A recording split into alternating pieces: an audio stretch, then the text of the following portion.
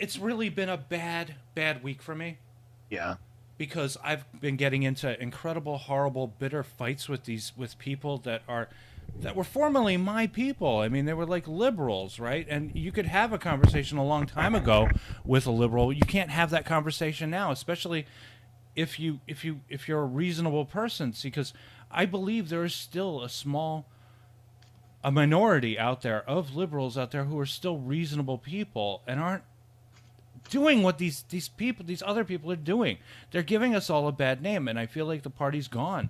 I feel like they've gone completely out of their minds. Yeah, I do too. Especially, what were the whole thing with the gun control? You know, we were living up in Brewster, which was like 5 minutes from Connecticut. We were 20 minutes from Newtown when that shit happened. Yeah, yeah. And the thing is, I really feel like these kids, with the exception of a few of those who are out there who are like in the press, Yeah. all these poster boys and shit. Mm-hmm. They're being taken advantage of. They're being abused and manipulated by the politicians, and this is something to further some kind of an agenda. I can't quite. It really is. It really I can't is. point it out. And this kid who's in the front and center is one of them. Hogg? He's one of God, I want to punch David that Hogg. kid. That kid has such a punchable fucking face. My He does God. actually. Yeah, but look at his face though. He's a good-looking guy, so he's getting a lot of press exposure. This kid could easily turn what he's doing now into an acting career or a political career or both. Yeah, Rush Limbaugh was like, he's like, what do you need to go to college for? Just start working for the media now. You're already doing the same job they do. Yeah, and it's all the same shit. There are some other kids out there who are doing the opposite. You know, who are trying. They're trying to be heard, and they can't be heard because this kid is taking up he's hogging all the spot. He's hogging all the spotlight. There you go. He's a real piece of crap. Even if I agreed with his arguments, I still would be pissed that he was. You know, he's such a phony, made-up character. Like that, nothing about him rings true. His father's an FBI agent, and.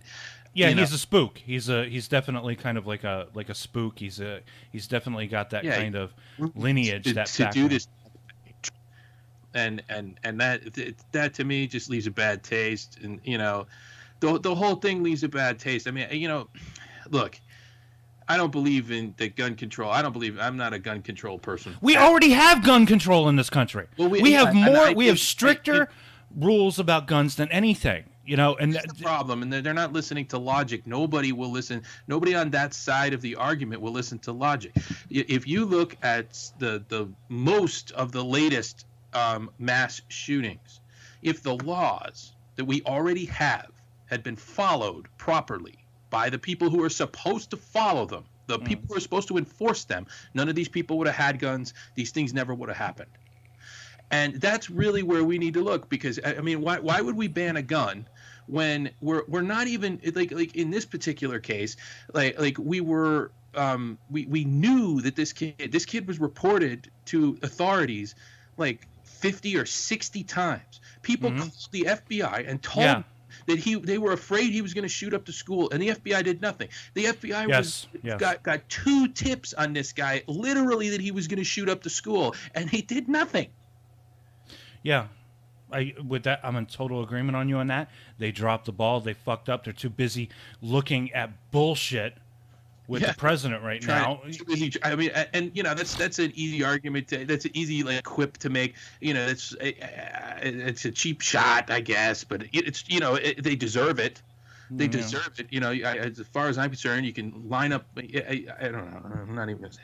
But I would rather they learn the lesson and 17 kids don't die. But you know, I would rather. But it's almost as if it's hard for me to see how they would do things differently if they wanted these things to happen.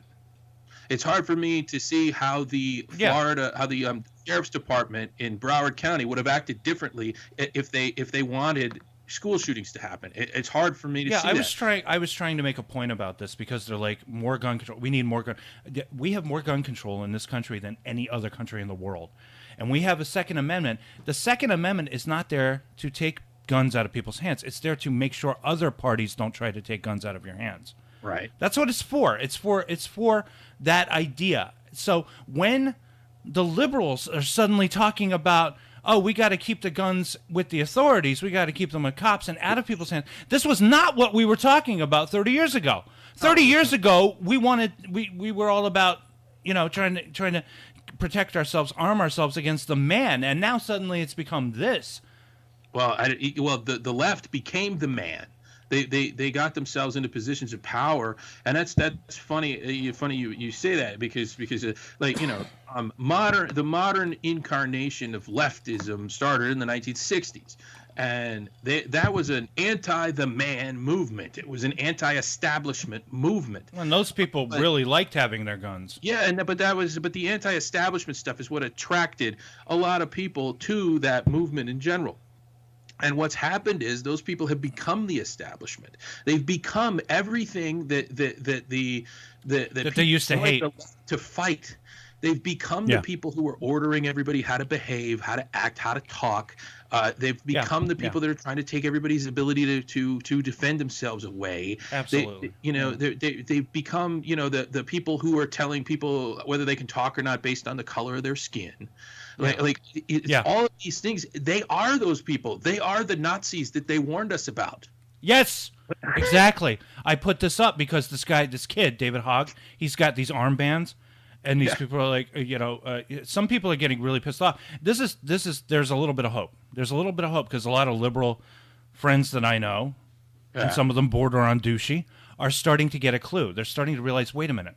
There's a mob mentality growing out of this. There are armbands, right? So I put up a picture of a Hitler Youth with an armband to compare to David Hogg and his armband. Right. And somebody actually said, oh, if you don't know the difference between what David Hogg is doing and the Hitler Youth, I said, I do know the difference. It's just, I have a hard time figuring out which social justice group is wearing the armband. Yeah. And that's exactly what the Nazis were. They were a social justice group. They were. And it's what was it? Somebody said a retort to that I was gonna like tweet it to David Hogg, but I just don't do that. I don't. But anyway, I forget what it was. It was. He'd be like, "Fuck you, Andrew." But he called him a fascist little piece of shit. That fascist little piece of shits like him are the reason why we have a Second Amendment. I agree. I got to come out in defense of my gun-toting brethren. I'm not particularly big on guns, but I do understand. We already have the strictest gun control laws in this country. We seriously do. The people committing the crimes are the people who don't care about the gun control. If we would simply follow them, if localities, if the federal government. There was a church shooting in Tennessee where the federal, it was a branch of the armed forces didn't report this guy's dishonorable discharge for having like some kind of mental problem, and they didn't report it, so he was able to go out and buy a gun. These things exist for a reason. These rules, these laws, and the idea that when you're not following the law, that just passing some new law is going to fix everything is insane.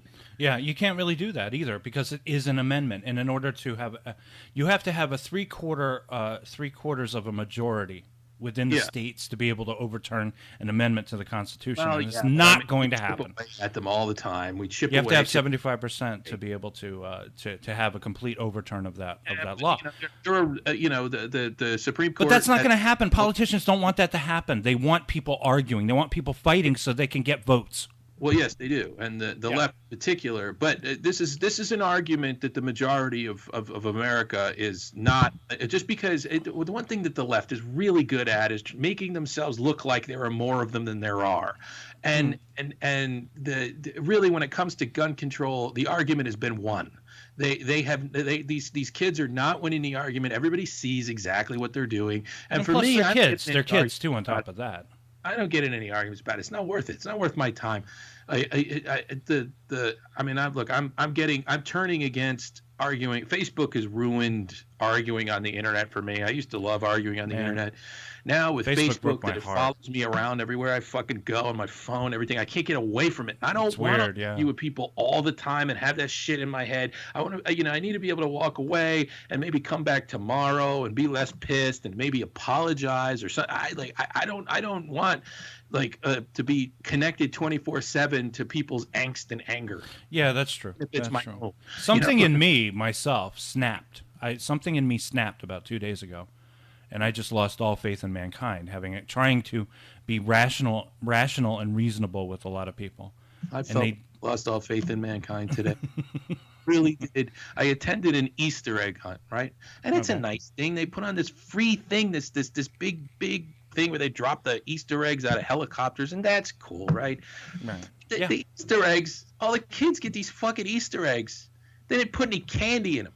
They put like little plastic dinosaurs and other horse shit that the kids don't want. I'm like, I wanted to go get a giant fucking bag of candy and start handing it out to these kids and apologize for my generation being a bunch of cuckold losers. What was the rationale for that? What was the reason for that? Candy bad for you?